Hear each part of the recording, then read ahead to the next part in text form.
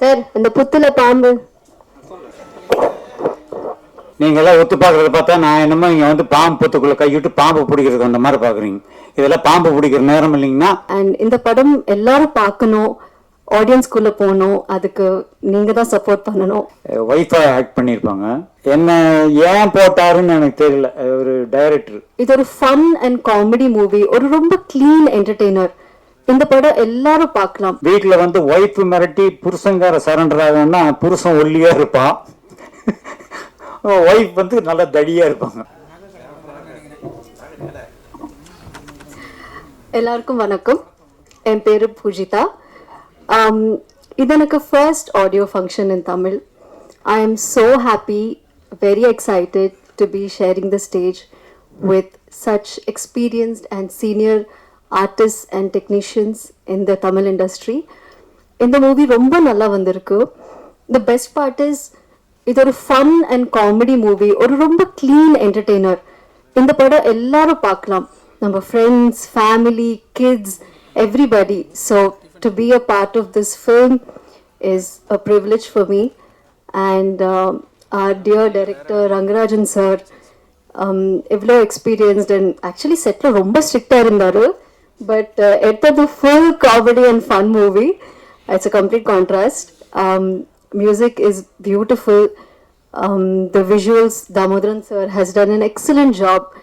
Ellaru, they've given their best and we've come up with a very nice, a very fun comedy, entertaining and a youthful entertainer, which is also heart-touching. I request the media to encourage us, support us, and in the padam ellaru paakano, audience kulla pono, adukku neenga da support pannano. So thank you so much.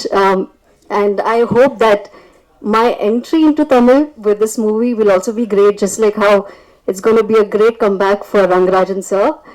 Thank you. Yes, our favorite actor Anumohan sir அவர்களை பேசுவதற்காக அன்போடு அழைக்கின்றேன். Sir அந்த புத்துல பாம்பு.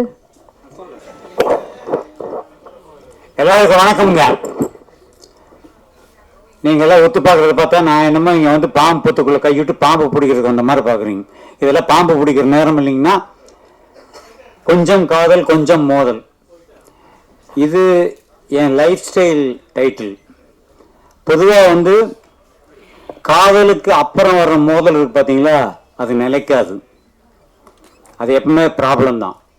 ஆனால் மோதல் ஆயிட்டு அதுக்கப்புறம் வருது பாருங்களா காதல், அந்த காதல் மட்டும்தான் ஜெயிக்கும்.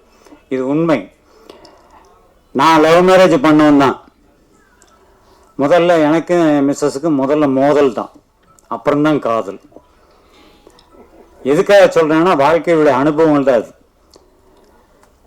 ஸோ மோதலில் வரும் காதல் என்னைக்குமே ஜெயிக்கும், அதில் எந்த சந்தேகமே கிடையாது. காதலிச்சுட்டு மோதல் வந்ததுன்னா அது பிரிஞ்சு தான் போகும். இந்த இடத்துல நான் வந்து ரவிக்குமார் கிளம்பி போயிட்டாரு. இந்த இடத்துல நான் ஒரு நடிகனா உங்க முன்னாடி வந்து பேசிட்டு இருக்கேன் அப்படின்னா அதுக்கு காரணம் வந்து கே.எஸ். ரவிக்குமார் அவர்கள். ஒரு நடிகனாக என்னை பிரபலப்படுத்தியதுக்கு ரெண்டு பேருக்கு நான் வந்து தேங்க்ஸ் சொல்லணும். ஒன்று சூப்பர் ஸ்டார் ரஜினிகாந்த் அவர்கள், அடுத்து கே.எஸ். ரவிக்குமார் அவர்கள். படையப்பா தான் எனக்கு வந்து வாழ்வு கொடுத்தது. ஒரு நடிகனாக என்னையும் இந்த படத்தில் வந்து நடிக்கணும்னு சொல்லி கூப்பிட்டார் ரங்கராஜ் சார். ரங்கராஜ் சார்லாம் நான் வந்து அப்போவே கோவை தம்பி ஆஃபீஸ்லாம் அப்போல்லாம் மீட் பண்ணுவோம். அப்போல்லாம் எப்படின்னு பார்த்தீங்கன்னா யூனிட்டில் எந்த இயக்குனராகட்டும் எல்லாருமே பிரசாத் ஸ்டுடியோ, ஏவிஎம்ல, ஜெமினியில் இங்கேயே மீட் பண்ணுவோம். அந்த மாதிரி காலமெல்லாம் இப்போ போச்சு. ஷூட்டிங் எங்கே நடக்குதுன்னு தெரிய மாட்டேங்குது. ஆர்கே செல்லுமணி சார், அவரை பற்றி நான் சொல்ல வேண்டியதில்லை. ஒரு கடின உழைப்பாளி. திரைப்படத்துறைக்காகவே இன்னைக்கு வரைக்கும் அவர் டைரக்ட் பண்ணுறாரோ இல்லையோ, ஆனால் ஹோல் சினிமா இண்டஸ்ட்ரியை, அது தமிழ் சினிமா இண்டஸ்ட்ரி காப்பாற்றிட்டு இருக்காரு. அது மட்டும் உண்மை. அதற்காக போராடுறது இது பெரிய போராட்டம், எல்லாம் விளையாட்டல்ல. ஒரு தலைமை ஏற்று இத்தனாயிரம் பேருக்கு வாழ்வு கொடுத்துருக்காங்கன்னா செல்லுமணி அவர்கள் இந்த நேரத்தில் பாராட்டணும். ரங்கராஜ் சாரை பற்றி சொல்லவே வேணும். அன்னைக்கு பார்த்த மாதிரியே தான், ரொம்ப ஸ்ட்ரிக்ட், ஸ்ட்ரெயிட் ஃபார்வர்டு.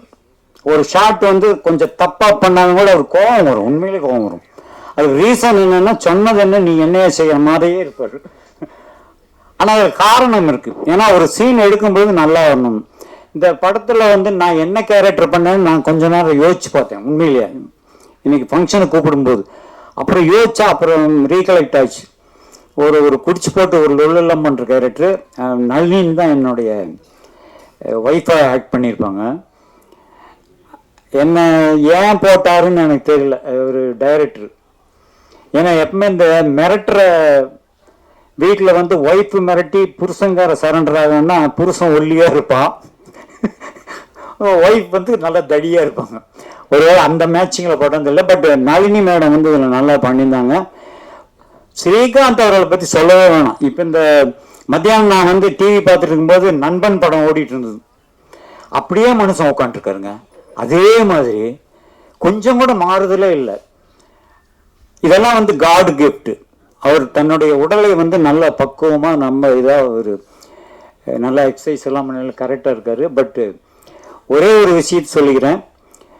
இந்த கொஞ்சம் காதல் கொஞ்சம் மோதல் படம் நிச்சயமாக வெற்றி பெறும். காரணம் இந்த பார்த்த ட்ரெய்லர். எப்படின்னா இந்த படத்தோடைய ஃபோட்டோகிராஃபி தாமோதரனுக்கு வந்து ரொம்ப ஒரு தேங்க்ஸ் சொல்லணும். நல்ல சூப்பர் ஃபோட்டோகிராஃபி. இரண்டாவது இந்த படத்தில் நடித்த எல்லாருமே சாம்ஸ் எல்லாம் வந்து கேட்கவே வேணாம். இங்கே மைக்க பிடிச்சி என்ன லொல்லு பேசிட்டு இருந்தாரோ அதே தான் ஷூட்டிங்கில் அதே தான். ரமேஷ் கண்ணாவும் அப்படிதான். ஸோ இந்த யூனிட்டை பொறுத்த வரைக்கும் எல்லா நடிகைகளும் சூப்பராக பண்ணியிருக்காங்க. ஹீரோயின் நல்லா சூப்பராக பண்ணியிருக்காங்க. இயக்குனர் அவருடைய கடமையை நல்லா செஞ்சிருக்கார். அதை விட அவர் வந்து ஒரு மாபெரும் வெற்றி இயக்குனர். ஒரு இடைவேளைக்கு பிறகு மீண்டும் என்ட்ரி கொடுத்துருக்காருன்னா அதுக்கு ஒரே ரீசன் சொல்றேன். தமிழ் திரைப்படங்கள் இந்த கலைத்துறை இந்த ஆண்டு மிக சிறப்பாக இருக்கும். அதுக்கு காரணம் நீங்க ஜோசியத்தை நம்புறீங்களோ இல்லையா, நான் ஜோசியம் படிச்சேன்னா அதனால நான் சொல்றேன். ராகு கேது பயிற்சி, குரு பயிற்சி, சனி பயிற்சி தமிழ் திரை உலகத்தை மீண்டும் இமயமலை உயர்த்தும். அது எந்த படம் வந்தாலும் நல்லா போகும். நம்மளுடைய திரைக்கலைஞர்கள் அத்தனை பேருமே மறுபடியும் ஒரு ரவுண்டு கட்டுவாங்க, சூப்பரா ஹிட் அடிப்பாங்க. அதே போல இந்த படமும் மாபெரும் வெற்றி அடைய எல்லாம் வல்ல இறைவனை வேண்டி விடைபெறுகிறேன். நன்றி, வணக்கம். நன்றி சார். சோ அடுத்ததாக ப்ரொடியூசர் ராஜேந்திரன் அவர்களை பேசுவதற்காக அன்போடு அழைக்கின்றேன்.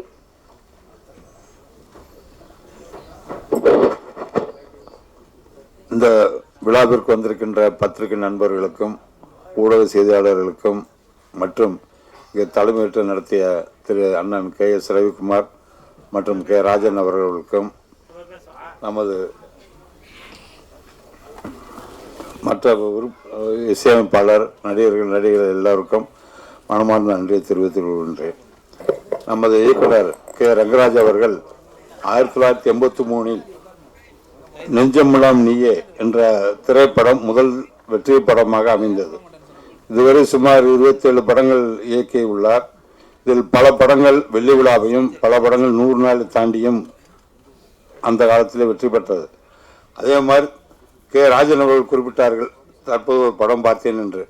அந்த மாதிரி படம் இவர் பண்ண மாட்டார். அந்த படமெல்லாம் இப்போ நான் தான் அந்த படம் பார்த்தேன். பள்ளிக்கூடத்து பிள்ளைக்கு எப்படி கெட்டு போகணும் அப்படின்னு சொல்லிக் கொடுக்குற படமாக இருந்திருக்கு.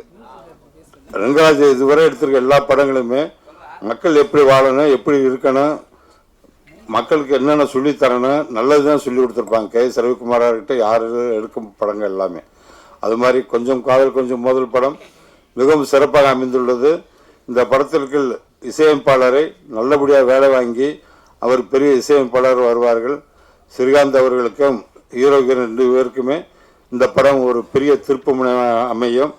படம் வெற்றி பெற்றதும் நடிகர்கள் உடனே சம்பளத்தை உயர்த்தாமல் தற்போது வாங்கும் சம்பளமே பெற்றுக்கொண்டு மற்ற படங்களிலும் நடிக்க வேண்டும் என்று அன்போடு கேட்டு விடைபெற்றுக் கொள்கின்றேன். நன்றி, வணக்கம். நன்றி.